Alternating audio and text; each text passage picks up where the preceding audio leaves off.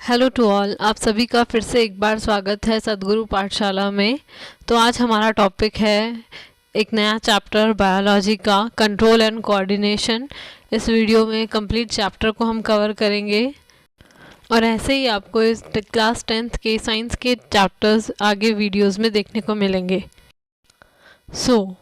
Control and coordination ये एक बहुत ही इम्पॉर्टेंट प्लस इंटरेस्टिंग चैप्टर है। इस चैप्टर में हमें काफ़ी चीज़ें पता चलेंगी। सबसे पहले स्टार्ट करते हैं कि कंट्रोल एंड कोऑर्डिनेशन का मतलब क्या होता है। जैसे कि हमने लाइफ प्रोसेसेस में पढ़ा कि हमारी बॉडी में कई तरह के ऑर्गन सिस्टम्स वर्क कर रहे हैं, जैसे digestive system, circulatory system, excretory system, respiratory system. उसके अलावा भी तरह तरह के ऐसे फंक्शंस हैं, ऐसे ऑर्गन्स हैं जो एक साथ वर्क कर रहे हैं। तो इन सब का कोऑर्डिनेशन जिस तरह से बैठता है, like they are individual systems but still we are standing as a single human being. That means कुछ तो ऐसा स्ट्रक्चर है, कुछ तो ऐसा बॉडी में फंक्शंस हो रहे हैं, कोई ऐसा सिस्टम है जो हमें यूनाइट कर रहा है, हमारे तरह तरह के ऑर्गन सिस्टम्स को यूनाइट करके हमें एज अ सिंगल इंडिविजुअल बना रहा है। ये तो हुई हमारे इंटरनल एनवायरनमेंट की बात, बॉडी की। उसके अलावा अगर हम बोलें कि we are human beings, like we are living beings में मैं यहाँ पे सारे ऑर्गेनिजम्स, एनिमल्स और प्लांट्स को इंक्लूड करती हूँ। तो अगर हम देखें if we are living beings, तो हम हमारे आसपास के एनवायरनमेंट से भी बहुत ज़्यादा इंटरेक्टेड हैं। ठीक है, वी आर डायरेक्टली और indirectly dependent on our environment. और ये जो हमारा आउटसाइड जो एनवायरनमेंट है कई तरह से चेंज होता रहता है, तरह तरह के स्टिम्युलस प्रोवाइड करता है। स्टिम्युलस का मतलब है कि एनवायरनमेंट में चेंज आना। और क्योंकि अगर कोई लिविंग है तो वो उस चेंज के अगेंस्ट में रिस्पॉन्स ज़रूर देगा। ठीक है, अगर आपका हाथ किसी गर्म तवे पे लग जाएगा तो आप डेफिनेटली अपना हाथ हटाओगे, या फिर अगर किसी गर्म कैंडल पे लग जाएगा तो भी जाने अनजाने में ही सही आप अपना हाथ ज़रूर हटाएंगे। अगर किसी एकदम से बहुत ज़्यादा स्पीड में कोई गाड़ी आ रही है तो आप बिना सोचे समझे पीछे हट जाओगे। या अगर एक ग्रुप ऑफ क्लास में स्टूडेंट्स बैठे हैं, टीचर अगर सामने है पढ़ा रहा है, तो आपका जो अपने फ्रेंड से बात करने का जो वॉइस का जो टोन होगा, जो आपकी वॉइस होगी वो धीरे हो जाएगी, एकदम विस्पर करते हुए आप अपनी बात कहोगे।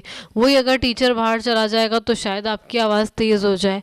तो इतना कंट्रोल्ड वे में जो हम हमारे एनवायरनमेंट के, बाहर के एनवायरनमेंट को सेंस करके जो रिस्पॉन्स करते हैं, ये सब जो चीज़ें हैं, हमारे बॉडी को बाहर से कनेक्ट करना, ये सब एक कंट्रोल एंड कोऑर्डिनेशन में आता है।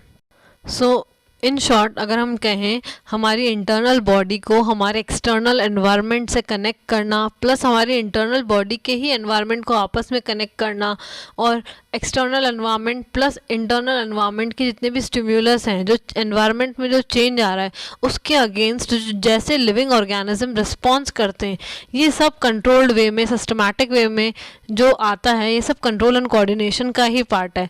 तो हमारे लिए जो इम्पोर्टेंट है वो है कंट्रोल एंड कोऑर्डिनेशन में आपकी एनसीईआरटी में दे रखा है coordination in humans and coordination in plants.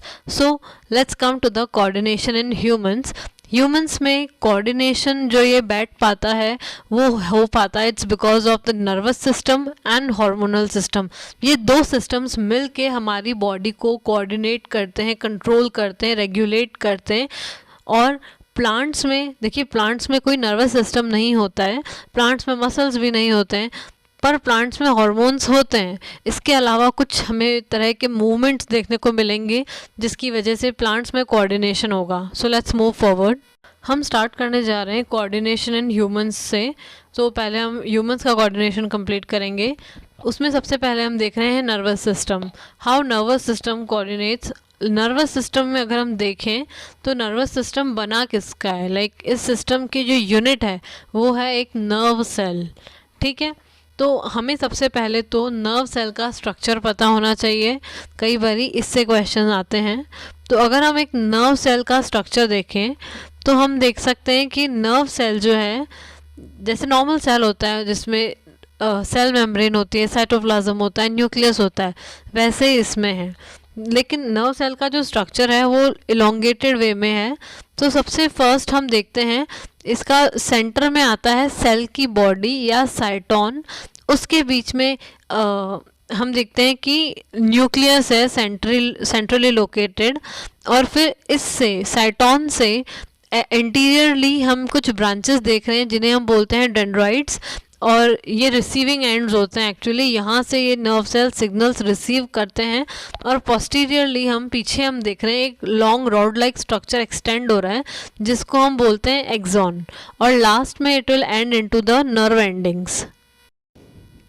और दो नर्व सेल्स के बीच में जो गैप होता है, जैसे कि आप यहाँ देख पा रहे हैं, एक नर्व सेल का नर्व एंडिंग और दूसरे सेल का डेंड्राइट्स, इनके बीच में कुछ गैप होता है जिसको सिनैप्स बोलते हैं। इसके अलावा एक और पॉइंट, एक्सॉन के ऊपर माइलिन शीथ प्रेजेंट होती है जो कि स्वान सेल्स सिक्रीट करते हैं। हमारी बॉडी के सबसे लॉन्गेस्ट सेल्स होते हैं नर्व सेल्स। तो नर्व सेल्स जो हैं वो किस तरह से इम्पल्स को कैरी करते हैं, हमारी बॉडी में जो सिग्नल्स हैं उन्हें कैसे ट्रांसफ़र करते हैं, तो वो हम इस तरह से समझते हैं कि ये जो नर्व सेल का जो डेंड्राइटिक रीजन है वो हमेशा केमिकल सिग्नल्स को रिसीव करता है।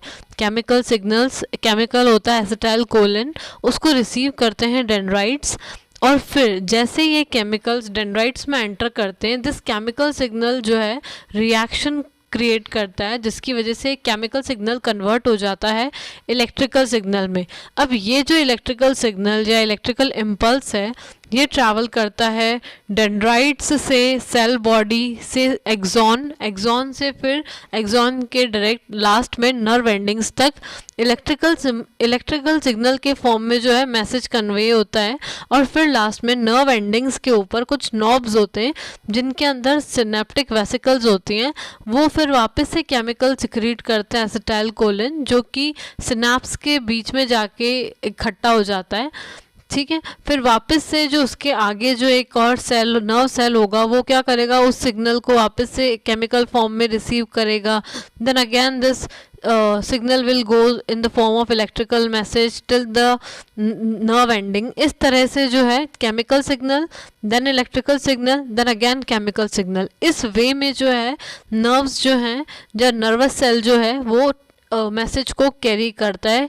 ठीक है, और बिकॉज ये नर्व जो है इलेक्ट्रिकल वे में सिग्नल्स कैरी कर रहे हैं तो ये बहुत ही फास्ट होता है, जैसे कि इलेक्ट्रिसिटी की स्पीड कितनी तेज़ होती है। इस वजह से जो नर्वस सिग्नल्स होते हैं, जो नर्व इम्पल्सेस होते हैं, वो बहुत नर्वस सिस्टम बहुत ही ज़्यादा क्विक रिस्पॉन्स करता है। हमारे रोज़मर्रा के जीवन में आपने कभी ना कभी ये ज़रूर एक्सपीरियंस किया होगा कि अगर हमें ध्यान नहीं है और अनजाने में अगर हमने किसी जलती हुई कैंडल के ऊपर या आग के ऊपर अगर हाथ लगा लिया तो हम एकदम से अपना हाथ हटा लेते हैं। या फिर कभी आपने रोड क्रॉस करने की कोशिश की, आप एकदम खड़े हैं और एकदम से आपकी तरफ अगर कोई गाड़ी आएगी तो आप बिना सोचे समझे पीछे हट जाएंगे, अपने आप को प्रोटेक्ट करेंगे। ठीक है, या फिर गलती से मम्मी ने आपको किचन में भेज दिया और आपने कोई गर्म पतीला टच कर लिया तो भी आप एकदम से अपना हाथ हटाएंगे। या फिर किसी बहुत बड़े ट्रक या गाड़ी की लाइट अगर आपकी आंखों पे फोकस करेगी तो एकदम से आप अपनी आंखें बंद कर लेंगे। तो ये कुछ ऐसे रिस्पॉन्सेज हैं जो हम हमारी रोज़मर्रा की लाइफ में करते हैं और हम नोटिस भी नहीं करते हैं। तो ये सब जो होते हैं ये स्टिम्यूलस होते हैं। स्टिम्यूलस होता है हमारे एक्सटर्नल एनवायरनमेंट में चेंजेस। ठीक है, और इनके अगेंस्ट जो हम लोग सडन एक्शंस करते हैं वो एक्शंस होते हैं रिफ्लेक्स एक्शंस। ठीक है, बिना सोचे समझे हम रिफ्लेक्स एक्शंस क्रिएट कर देते हैं in response to the stimulus. Reflex actions में थिंकिंग अलाउ नहीं होती है, ब्रेन अलाउ नहीं होता है। इसका मतलब है कि इमेजिन अ कंडीशन, आपने किसी गर्म जलती हुई कैंडल के ऊपर आपका गलती से हाथ लग गया। अब आपका हाथ लग गया, पहले तो आपने उस टेम्परेचर को सेंस किया, फिर आप वहाँ खड़े होकर सोच रहे हो यार ये तो आग है, इससे मेरी उंगली जल रही है, इससे मुझे चोट आएगी और फिर बदले में मुझे डॉक्टर के जाना पड़ेगा, डॉक्टर के जाने के लिए हॉस्पिटल जाना पड़ेगा, हॉस्पिटल बहुत दूर है और मुझे तो अपना XYZ काम भी करना है, इन सब में बहुत टाइम लगेगा, इससे अच्छा है कि मैं पहले ही अपना हाथ हटा दूँ। अब आप सोचिए, आप इतना थिंकिंग कर रहे हैं, इतनी सारा सोच विचार करने के बाद हाथ हटाएंगे, इतनी देर में तो आपकी आपकी उंगली जल जाएगी। सो कुछ एक्शंस ऐसे होते हैं जो बिना सोचे समझे हो जाएं तो ये अच्छा है, जैसे कि रिफ्लेक्स एक्शन उसमें से एक है, like one of the survival instinct है ये हमारा। सो इसमें ब्रेन अलाउ नहीं है, इसका मतलब है ब्रेन का रिफ्लेक्स एक्शन से ज़्यादा लेना देना नहीं है, बट स्पाइनल कॉर्ड का लेना देना है। Reflex actions are controlled by spinal cord. वो कैसे होते हैं रिफ्लेक्स एक्शंस हम देखेंगे। थिंकिंग नहीं इन्वॉल्व है बिकॉज बहुत कॉम्प्लेक्स प्रोसेस है, टाइम लगता है, विचार करना पड़ता है, सोचना पड़ता है, जब तक हमें चोट लग सकती है। सेम कंडीशन आप इमेजिन करके देखिए कि आप सड़क के बीच में खड़े हैं और विचार कर रहे हैं कि क्या मैं हट जाऊं या खड़ा रहूं। So it's very important. So ये रिफ्लेक्स एक्शंस किस तरह से वर्क करते हैं वो एक बार देख लेते हैं। सो इसका एक पाथवे होता है, वो किस तरह से होता है, लेट्स जस्ट सी। सबसे पहले होते हैं रिसेप्टर्स। रिसेप्टर्स कुछ स्पेशलाइज्ड सेल्स होते हैं या टिश्यूज़ होते हैं हमारे बॉडी के ऊपर, या वी कैन से हमारे सेंस ऑर्गन्स के ऊपर, जैसे कि स्किन, आइज़, नोज़, टंग, ठीक है, और टंग है ना, इनके ऊपर ये, और ईयर, ठीक है, इनके ऊपर कुछ स्पेशलाइज्ड सेल्स होते हैं जिन्हें हम रिसेप्टर्स बोलते हैं। ये जो हैं ये सेल्स पर्टिकुलरली एनवायरनमेंट से स्टिम्यूलस को कलेक्ट करते हैं। स्टिम्यूलस हो सकता है किसी भी फॉर्म में, जैसे कि लाइट के फॉर्म में है, या साउंड के फॉर्म में, स्मेल के फॉर्म में, टेस्ट के फॉर्म में, टच के फॉर्म में, या टेम्परेचर वगैरह। ये सब स्टिम्यूलस हैं जो एनवायरनमेंट से हमें मिलते हैं, एकदम जो चेंजेस, ठीक है। ये कौन रिसीव करता है, ये स्पेशलाइज्ड रिसेप्टर सेल्स रिसीव करते हैं। फिर कहाँ भेजते हैं, ये भेजते हैं इन सिग्नल्स को, इन स्टिम्यूलस को सेंसरी नर्व्स के तरफ। अब ये जो सेंसरी नर्व्स हैं ये इन स्टिम्यूलस को सेंस करते हैं और कहाँ लेकर जाते हैं, स्पाइनल कॉर्ड में। देखिए मैंने कहा था रिफ्लेक्स एक्शन में स्पाइनल कॉर्ड इन्वॉल्व है, तो स्पाइनल कॉर्ड में ले जाते हैं। वहाँ सेंसरी न्यूरॉन्स से ये जो सिग्नल्स है ये कौन ले लेते हैं, रिले न्यूरॉन्स फिर ये सिग्नल दे देते हैं मोटर न्यूरॉन्स को। मोटर न्यूरॉन्स फिर ये जो अपना जो रिस्पॉन्स वाले जो मोटर न्यूरॉन्स हैं वो इस सिग्नल्स को ले जाते हैं और अल्टीमेटली ले जाके इफेक्टर तक पहुंचाते हैं। इफेक्टर हमारी मसल्स हो सकती हैं या फिर कोई भी अदर ऑर्गन जिसको इसके रिस्पॉन्स में वर्क करना है। जैसे कि अगर हमने कोई गर्म पैन टच कर लिया तो हमें हाथ हटाना है, तो हमारा रिस्पॉन्स हाथ से रिलेटेड है, तो यहाँ पे इफेक्टर ऑर्गन हमारा हाथ है, तो हम हाथ हटाएंगे। तो मोटर न्यूरॉन सिग्नल्स कहाँ पे लाएंगे, हमारे आर्म्स की मसल्स पे, और मसल से हमारा हाथ मूव करेगा। तो इस तरह से this pathway will work like from receptor to sensory neurons to relay neurons spinal cord में होते हैं, वहाँ पे एक्सचेंज होता है, फिर ये मोटर न्यूरॉन्स के थ्रू इफेक्टर तक आते हैं, और फिर इफेक्टर जो ऑर्गन्स हैं वो रिस्पॉन्स प्रोड्यूस करते हैं, और स्टिम्युलस कौन रिसीव करता है, receptor. So this pathway is called as reflex pathway और रिफ्लेक्स आर्क। अब आप देख सकते हैं इसमें कहीं भी थिंकिंग इन्वॉल्व नहीं है और ये क्विक सेकंड्स में ये प्रोसेस होता है। ये वही रिफ्लेक्स आर्क है जिसको मैंने टेक्स्ट के फॉर्म में एक्सप्लेन किया है। जैसे रिसेप्टर्स हो गए, वही स्पेशलाइज सेल्स होते हैं जो स्टिम्युलस को रिसीव करते हैं और सेंसरी न्यूरॉन तक पहुंचाते हैं। रिसेप्टर्स जो हैं हमें वही हमारे सेंस ऑर्गन्स पे मिल सकते हैं। कई तरह के रिसेप्टर्स होते हैं, देखिए ये ज़रूर आ सकता है, जैसे फोटो रिसेप्टर्स होते हैं, ये हमारे आइज़ में होते हैं और ये क्या डिटेक्ट करते हैं, ये किस तरह का स्टिम्युलस को डिटेक्ट करते हैं, तो ये लाइट को डिटेक्ट करते हैं। फोनो रिसेप्टर्स साउंड से रिलेटेड हैं तो हमारे ईयर्स में होंगे। रिसेप्टर्स या थर्मो रिसेप्टर्स हमारे स्किन से रिलेटेड हैं जो टेम्परेचर को और टच को सेंस करते हैं। ऑल्फैक्टरी नोज़ में प्रेजेंट होते हैं, स्मेल को डिटेक्ट करते हैं। गस्टेटरी हमारे टंग पे होते हैं और टेस्ट को डिटेक्ट करते हैं, ठीक है। फिर वही रिसेप्टर से द मैसेज और the signal will move towards the sensory neuron से रिले न्यूरॉन बिल्कुल वैसा ही काम करते हैं जैसे स्कूल में रिले रेसेस होती हैं, तो बच्चे 3-4 एक लाइन में होते हैं और एक रॉड को पास करते हुए चलते हैं, वैसे ये रिले न्यूरॉन सेंसरी न्यूरॉन से सिग्नल मोटर न्यूरॉन तक पकड़ा देता है, और फिर मोटर न्यूरॉन से इफेक्टर कुछ भी हो सकता है, देखिए मसल या कोई भी ग्लैंड। अब हम बात करते हैं कि हमारा जो नर्वस सिस्टम है वो एक्चुअली बना किसका है। अभी तक हमने नर्व का स्ट्रक्चर डिस्कस किया और ये डिस्कस किया कि कैसे नर्व सेल्स जो हैं मैसेज को कैरी करते हैं। अब हम नर्वस सिस्टम की बात करते हैं। देखिए, नर्वस सिस्टम जो है दो तरह से मिलके बना होता है। एक होता है सेंट्रल नर्वस सिस्टम, एक होता है पेरिफेरल नर्वस सिस्टम। सेंट्रल नाम से ही पता चल रहा है, हमारी बॉडी के एकदम सेंटर में जो सिस्टम है, जिसमें आते हैं हमारा ब्रेन और हमारी स्पाइनल कॉर्ड। अगर आप टच करेंगे पीछे की तरफ आपको रीढ़ की हड्डी महसूस होगी, जिसी को हम नॉर्मल लैंग्वेज में स्पाइनल कॉर्ड बोलते हैं।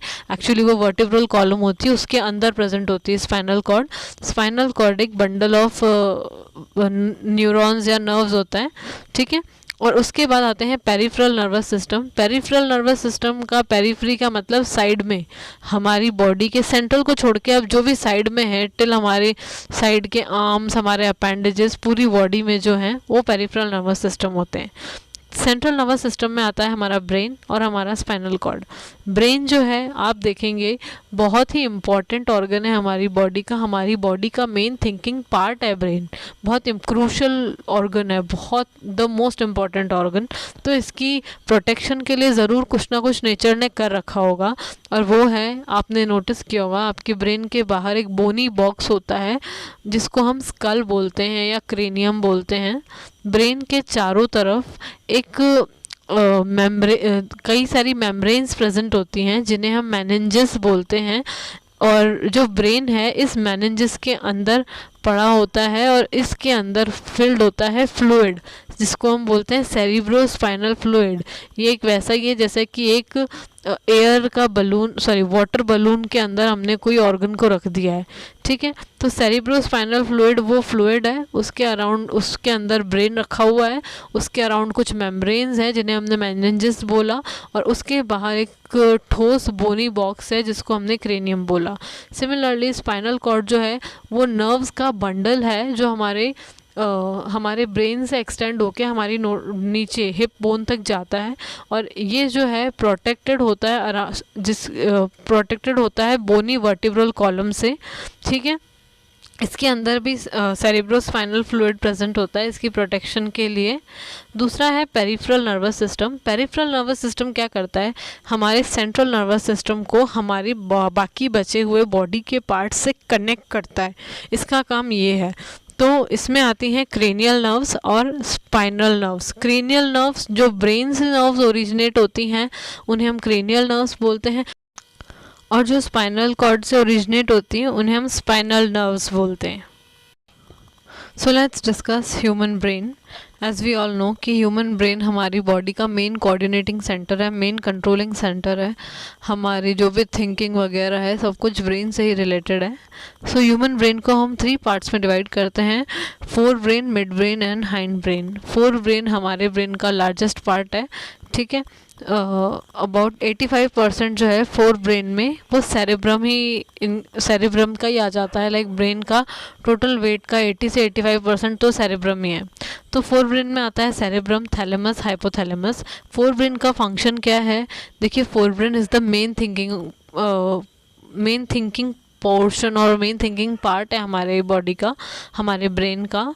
जो भी सोचना, समझना, विचार करना हो, हम सब डिसीजन लेना वगैरह, वो फोर ब्रेन डिसाइड करता है। उसके अलावा हियरिंग, स्मेल, साइट, मतलब देखना, सूंघना, सुनना, ये सब कुछ फोर ब्रेन के अंडर द रेगुलेशन है।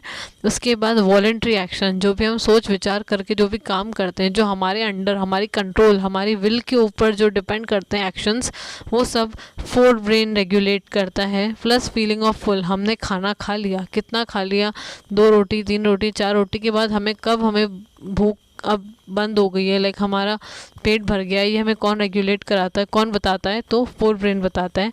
इसके अलावा हाइपोथैलेमस जो है हमारी बॉडी का इंटरनल टेम्परेचर मेंटेन करके रखता है, और हमारे को भूख, प्यास वगैरह सब मेंटेन करता है। प्यास को मेंटेन करता है हाइपोथैलेमस। फिर आता है मिड ब्रेन। मिड ब्रेन जो है फोर ब्रेन को हाइंड ब्रेन से कनेक्ट करता है। एक्चुअली मिड ब्रेन और हाइंड ब्रेन ये दोनों मिलके हमारी बॉडी के मैक्सिमम इनवॉलेंट्री फंक्शंस करते हैं। वो फंक्शंस जो हमारे कंट्रोल में नहीं हैं, हमारी विल के बिना भी हो जाते हैं, हो रहे हैं, वो functions mid brain and hind brain control करते हैं। इसमें आता है जैसे मिड ब्रेन के फंक्शंस में हमारा आई मूवमेंट, उसके अलावा ऑडिटरी विजुअल प्रोसेसिंग भी मिड ब्रेन से रिलेटेड है, हाइंड ब्रेन से रिलेटेड है। हाइंड ब्रेन के 3 पार्ट्स होते हैं फिर, pons, medulla and cerebellum. Pons जो है वो हमारी बॉडी का ब्रीदिंग और स्लीप रेगुलेशन में हेल्प करता है। मेड्यूला हमारी बीपी रेगुलेट करना या फिर सलाइवेशन जो होता है अच्छे टेस्टी फूड को देख के वो रेगुलेट करता है।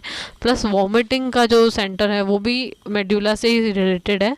सेरिबेलम, अगर आप देख लो ये जो वर्ड है सेरिबेलम, बी आ रहा है इसके बीच में, सेरिबेलम बैलेंस से रिलेटेड है। हमारा जो बॉडी का बैलेंस है और जो पोस्चर है वो मेंटेन किसकी वजह से हो पाता है, सेरिबेलम की वजह से, जिसको लोग आम भाषा में छोटा दिमाग भी बोलते हैं, जो हमारे एकदम ब्रेन के पीछे नीचे की तरफ होता है। ठीक है, very important, it is different from cerebrum. ठीक है, so next control and coordination में जो हमारा सिस्टम है वो है हार्मोन्स, जो कि केमिकल्स होते हैं। कौन सिक्रीट करता है, एंडोक्राइन ग्लैंड्स सिक्रीट करती हैं इन केमिकल्स को, जिन्हें हम हार्मोन्स बोलते हैं। एंडोक्राइन ग्लैंड्स डक्टलेस ग्लैंड्स होती हैं। इसका मतलब ये अपने केमिकल्स डायरेक्टली ब्लड स्ट्रीम में रिलीज़ करते हैं, और बिकॉज दे आर केमिकल्स तो इनका जो फंक्शन है, जो इनका वर्क करना जो है वो बहुत धीरे धीरे, slowly it works. Nervous system की तरह बहुत जल्दी जल्दी फंक्शन नहीं करता है। ये सिक्रीट एक जगह होते हैं बॉडी में और इफ़ेक्ट अपना कहीं और जाके दिखाते हैं। सो बहुत स्लो प्रोसेसिंग होती है, but still control and coordination में इनका बहुत बड़ा हाथ है।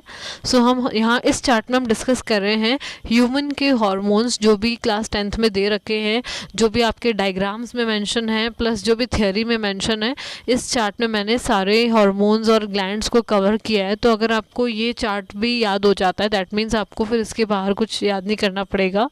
सबसे पहले हम बात करते हैं, ब्रेन में पीनियल ग्लैंड प्रेजेंट होती है, जिसको हम नॉर्मली थर्ड आई भी बोलते हैं कॉमन लैंग्वेज में। ये हमारी बॉडी का 24 आवर क्लॉक है, हमारी बॉडी की 24 आवर इनबिल्ट क्लॉक है। ये हमारी स्लीप एंड वेक साइकिल को कंट्रोल करता है, लाइक हमें रात को सोना है, सुबह उठना है, ये कंट्रोल करती है, जिसको हम सर्काडियम रिदम बोलते हैं।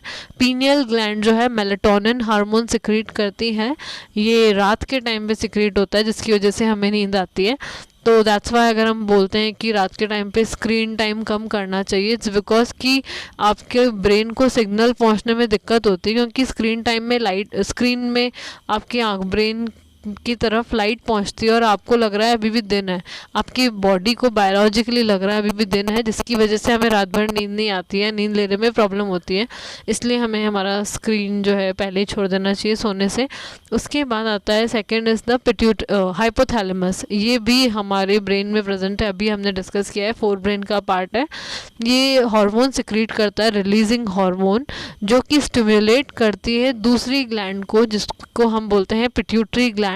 ये स्टिमुलेट करता है पिट्यूटरी ग्लैंड को टू रिलीज हार्मोन। इसके स्टिमुलेशन की वजह से पिट्यूटरी हार्मोन अपने पिट्यूटरी ग्लैंड अपने तरह तरह के हार्मोन्स रिलीज करती है। सो हाइपोथैलेमस के बाद आती है पिट्यूटरी ग्लैंड। इसमें जो है डायग्राम में पिट्यूटरी ऊपर और हाइपोथैलेमस नीचे, आपको हाइपोथैलेमस ऊपर और पिट्यूटरी नीचे रखना होगा। पिट्यूटरी ग्लैंड को मास्टर ग्लैंड भी बोलते हैं, बिकॉज ये हमारी बॉडी की बहुत इंपॉर्टेंट हार्मोन रिलीज करती है, जिसमें one of the important is the growth hormone, आपकी बुक में मैंशनड है। ग्रोथ हार्मोन बच्चे से लेकर बड़े होने तक जो हमारी बॉडी में जो ग्रोथ हुई है, जो चेंजेस आए हैं, वो पिट्यूटरी हार्मोन की ग्रोथ हार्मोन की वजह से आए हैं। इसके वजह से कई बारी डिजीज़ भी, कुछ डिसफंक्शनिंग्स भी हो जाती हैं बॉडी में। अगर बहुत ज़्यादा ग्रोथ हार्मोन रिलीज़ हो जाए पिट्यूटरी ग्लैंड से, उसकी वजह से जाइजेंटिज्म आ जाता है, मतलब बहुत बड़ा आपका जो बॉडी का साइज़ है वो एक्सेस में एनलार्ज हो जाता है, जिसकी वजह से आप जाइंट जैसे दिखते हैं। और अगर मान लो कि ग्रोथ हार्मोन बहुत कम रिलीज़ हो, तो ड्वार्फिज्म भी हो सकता है, मतलब आपकी एज तो बढ़ गई बट आपकी बॉडी का ग्रोथ उस तरह से नहीं हो पा रहा। अगर आपने वो स्टोरी पढ़ी है स्नो वाइट एंड 7 ड्वार्फ्स, तो वो जो ड्वार्फ्स हैं वो बौने जिनको हम हिंदी में बोलते हैं, वो इस वजह से भी वन ऑफ द रीज़न कि भाई पिट्यूटरी ग्लैंड जो है ग्रोथ हार्मोन्स बहुत कम रिलीज़ कर रही है। फिर आता है थायराइड ग्लैंड। थायराइड ग्लैंड जो है हमारे लैरिंग्स के नीचे नेक के रीजन में प्रेजेंट होता है। थायराइड ग्लैंड जो है थायरोक्सिन हार्मोन सिक्रीट करते हैं। इसका काम होता है metabolism of fat, carbohydrates and proteins. Fats का ब्रेकडाउन करने में हेल्प करता है, ये एनहेंस करता है फैट्स के ब्रेकडाउन को, प्रोटीन के सिंथेसिस को बढ़ाता है, प्लस ग्लूकोज के अब्जॉर्प्शन को स्टिमुलेट करता है ये। साथ ही साथ थायरोक्सिन हार्मोन सिक्रीट करने में बहुत बड़ा हाथ जो है वो आयोडीन का है। तो अगर हमारे डाइट में अगर आयोडीन की कमी हो जाती है जिसकी वजह से एक डिजीज़ हो जाती है जिसको हम गोइटर बोलते हैं, जिसको स्वॉलन नेक बोलते हैं, गले में सूजन आ जाती है, तो थायराइड हार्मोन अगर वो ठीक करना है तो you have to take iodine in your diet so that कि प्रॉपर अमाउंट में थायरोक्सिन हार्मोन रिलीज़ हो। थायराइड के ही ऊपर छोटे छोटे थायराइड ग्लैंड्स भी प्रेजेंट होते हैं। थायराइड ग्लैंड्स जो हैं विटामिन डी सिंथेसाइज करते हैं, प्लस ब्लड का कैल्शियम लेवल मेंटेन करते हैं, किडनी से कैल्शियम को, एक्सेस ऑफ कैल्शियम को अब्जॉर्ब करते हैं, इवन ये बोन से भी कैल्शियम को रिलीज़ करते हैं और ब्लड में कैल्शियम का लेवल मेंटेन करते हैं। उसके बाद आता है हमारे चेस्ट के पास, हमारे हार्ट के पास में अपर चेस्ट में एक ग्लैंड प्रेजेंट होता है जिसको हम बोलते हैं थाइमस ग्लैंड, जो थाइमोसिन हार्मोन रिलीज़ करता है। इसका काम होता है हमारे इम्यून सेल्स जो कि टी लिम्फोसाइट्स हैं उनको मैच्योर करना, जिसकी वजह से हमें हमारी वन ऑफ द WBC है, तो हमारी इम्यूनिटी को मेंटेन करने में हेल्प करते हैं ये। फिर आते हैं एड्रिनल ग्लैंड्स, ये किडनी के ऊपर की तरफ प्रेजेंट होते हैं। Adrenal gland adrenaline hormone secrete करते हैं जिसको हम फाइट और फ्लाइट हार्मोन भी बोलते हैं। मतलब इमरजेंसी सिचुएशन में या तो ये आपको लड़ने के लिए हेल्प करेगा या फिर आपको भागने में हेल्प करेगा। जैसे कि आपके सामने अचानक शेर आ जाए, उस कंडीशन में जो आपकी बॉडी की सिचुएशन होगी वो इस हार्मोन की वजह से होगी। जैसे कि हमारा हार्ट बीट एकदम से बढ़ जाएगा, ऑक्सीजन का सप्लाई बढ़ जाएगा। ये इसलिए नेसेसरी है क्योंकि हमें भागने में हेल्प होगी। जितना ज़्यादा ऑक्सीजन आएगा उतनी जल्दी रेस्पिरेशन होगा, उतनी ज़्यादा एनर्जी प्रोड्यूस होगी और उतनी तेज़ हम जल्दी से भागेंगे। सो ब्रीदिंग रेट बढ़ जाती है, बीपी बढ़ जाता है, हमारा आई जो प्यूपिल है वो डायलेट हो जाता है। ये कुछ सिम्टम्स हमें देखने मिलते हैं इस तरह की सिचुएशन में, और वो होता है एड्रेनलिन हार्मोन की वजह से। उसके अलावा आती है पेनक्रियास जो कि एक मिक्स ग्लैंड है। इसका मतलब एक्टोक्राइन ग्लैंड भी है और एंडोक्राइन ग्लैंड भी है। एक्टोक्राइन ग्लैंड से ये हार्मोन एंजाइम सिक्रीट करती है जो कि हमने डाइजेशन के टाइम पे देखा था, पेनक्रियाटिक एंजाइम्स। एंडोक्राइन ग्लैंड वाला जो पार्ट है पेनक्रियास का वो कुछ हार्मोन सिक्रीट करता है जैसे इंसुलिन और ग्लाइकोजन। इंसुलिन जो है वो ब्लड का शुगर लेवल कम करता है और ग्लाइकोजन ब्लड का शुगर लेवल बढ़ाता है। जो शुगर पेशेंट्स होते हैं, इफ़ यू हैव सीन आपके घर में या कहीं भी आसपास, डायबिटिक पेशेंट्स जो होते हैं वो इंसुलिन की टैबलेट्स लेते हैं बिकॉज़ उनकी बॉडी में पेनक्रियास बहुत कम सिक्रीट होता है जिसकी वजह से उनके ब्लड में शुगर का लेवल बढ़ जाता है। तो उसको कम करने के लिए उन्हें आर्टिफिशियली ओरली इंसुलिन के टैबलेट्स कंज्यूम करने पड़ते हैं जिस सो दैट कि उनके ब्लड का शुगर लेवल कम हो। उसके बाद आते हैं लास्ट हमारे टेस्टिस एंड ओवरीज। टेस्टिस जो ग्लैंड है वो मेल्स में प्रेजेंट होती है। ये टेस्टोस्टेरोन हार्मोन सिक्रीट करती हैं। इसका फंक्शन है स्पर्म का प्रोडक्शन करना, जो मेल गेमीट्स हैं उनका, और साथ साथ में मेल के जितने भी सेकेंडरी सेक्सुअल कैरेक्टर्स हैं वो उनको डेवलप करने में ये हेल्प करता है, जैसे कि beard, moustache, like broad shoulders, deep voice जो उनकी होती है, और मसल्स का डेवलपमेंट एक्सेस होता है। सो ये सब कैरेक्टर्स में हेल्प करता है टेस्टोस्टेरोन्स। फीमेल में ओवरीज जो होती हैं वो सिक्रीट करती हैं oestrogen. It helps in maintaining menstrual cycle and also secondary sexual characters in females. और एग के मैच्योरेशन में भी हेल्प करता है जो कि फीमेल का गेमीट है या फीमेल का जो gamete cells. So these are the hormones which are secreted by the humans. ठीक है, अलग अलग ग्लैंड्स और उनके हॉर्मोन्स मैंने यहाँ डिस्कस किए हैं। अब हम बात करते हैं चैप्टर का सेकंड पार्ट, जो कि है प्लांट्स में कोऑर्डिनेशन, प्लांट्स में कंट्रोल एंड कोऑर्डिनेशन किस तरह से होता है। सो देखिए, प्लांट्स में नर्वस सिस्टम नहीं होता है, कोई मसल्स नहीं होती है एनिमल्स की तरह, बट प्लांट्स में हार्मोन्स ज़रूर प्रोड्यूस होते हैं और प्लांट्स में कई तरह के मूवमेंट्स होते हैं जो ये शो करते हैं कि yes they are living also, और इनमें भी कंट्रोल एंड कोऑर्डिनेशन होता है। सो फर्स्ट इज प्लांट के मूवमेंट्स हम देखेंगे। कुछ मूवमेंट्स ग्रोथ डिपेंडेंट होते हैं, कुछ ग्रोथ इंडिपेंडेंट मूवमेंट्स होते हैं, और ग्रोथ डिपेंडेंट मूवमेंट्स को हम ट्रॉपिक मूवमेंट्स बोलते हैं, ग्रोथ इंडिपेंडेंट मूवमेंट्स को हम नेस्टिक मूवमेंट्स बोलते हैं। हार्मोन्स में हम ये सब हार्मोन्स डिस्कस करेंगे, जैसे auxin, cytokinin, gibberellin, abscisic acid, ethylene. So सबसे पहले है ग्रोथ इंडिपेंडेंट मूवमेंट, मतलब ये वो मूवमेंट्स हैं जिसको ग्रोथ से कोई लेना देना नहीं, इरिस्पेक्टिव ऑफ द ग्रोथ। जैसे कि अगर आपने कभी छुई मुई के पौधे को टच किया हो, जिसको हम टच मी नॉट प्लांट भी बोलते हैं, मिमोसा पुडीसा, या फिर सेंसिटिव प्लांट भी बोलते हैं, जब भी हम उसे टच करते हैं तो हम देखते हैं कि उसकी लीव्स जो है नीचे की तरफ झुक जाती है।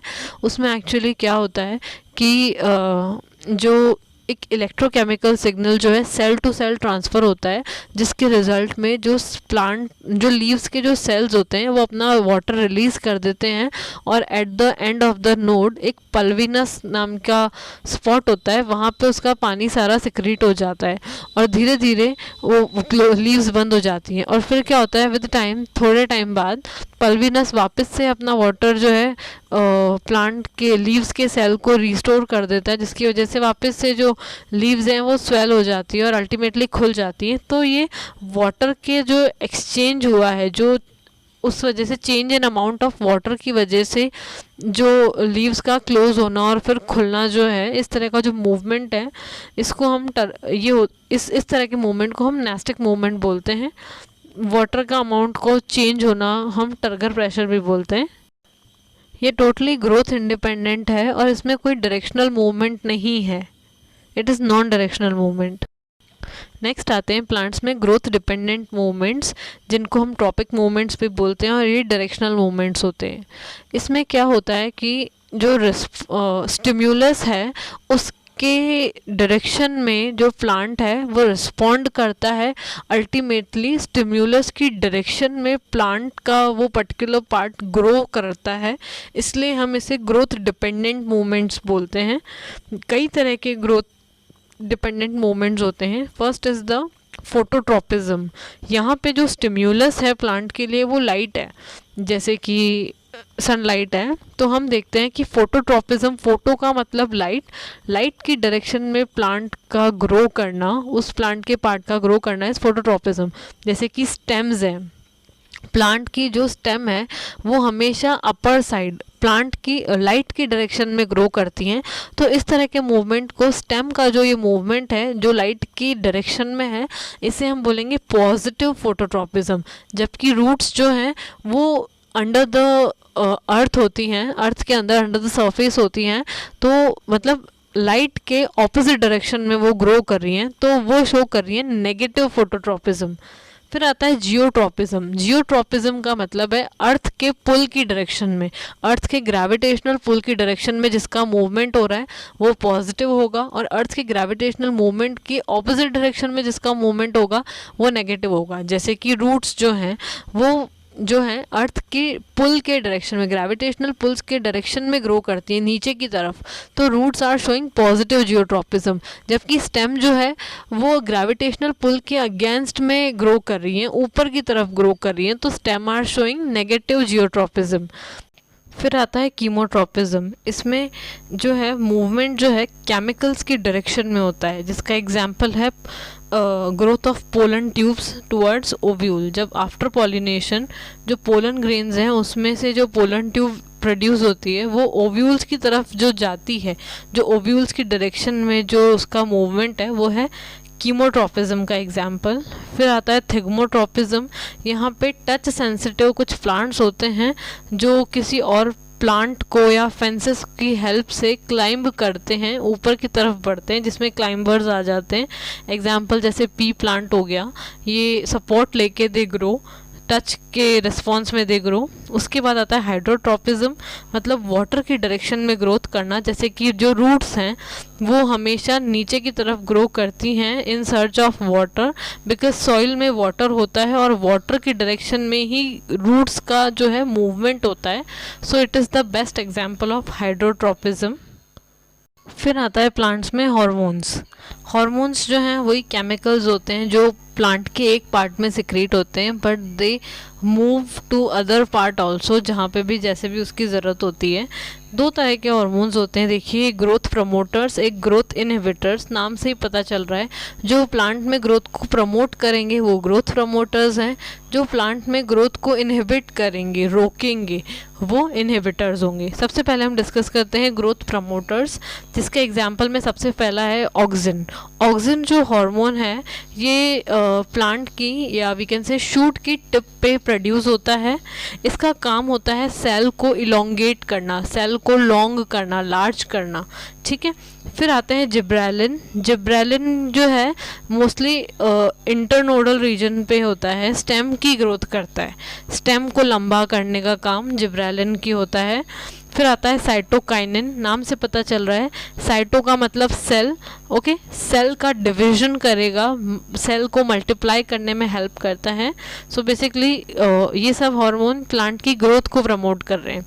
फिर आता है इनहिबिटर्स में एब्सिसिक एसिड, ये ग्रोथ को इनहिबिट करता है प्लांट में, जैसे कि जो लीव्स हैं वो मुरझा जाती हैं। Wilting of leaves is because of the abscisic acid, because पुरानी लीव्स हैं तो फिर झड़नी ज़रूरी भी हैं, तो वो कौन करता है, वो एब्सिसिक एसिड करता है। एक है इथाइलिन हार्मोन, ये गैशियस हार्मोन है, ये फ्रूट्स में राइपनिंग करता है, फलों को पकाता है। सो ये सब जो हार्मोन्स हैं ये प्लांट के हैं। इसी के साथ ये चैप्टर कंप्लीट होता है। अगर आपको ये वीडियो अच्छा लगा हो, please share with your friends too, like my video and subscribe my channel.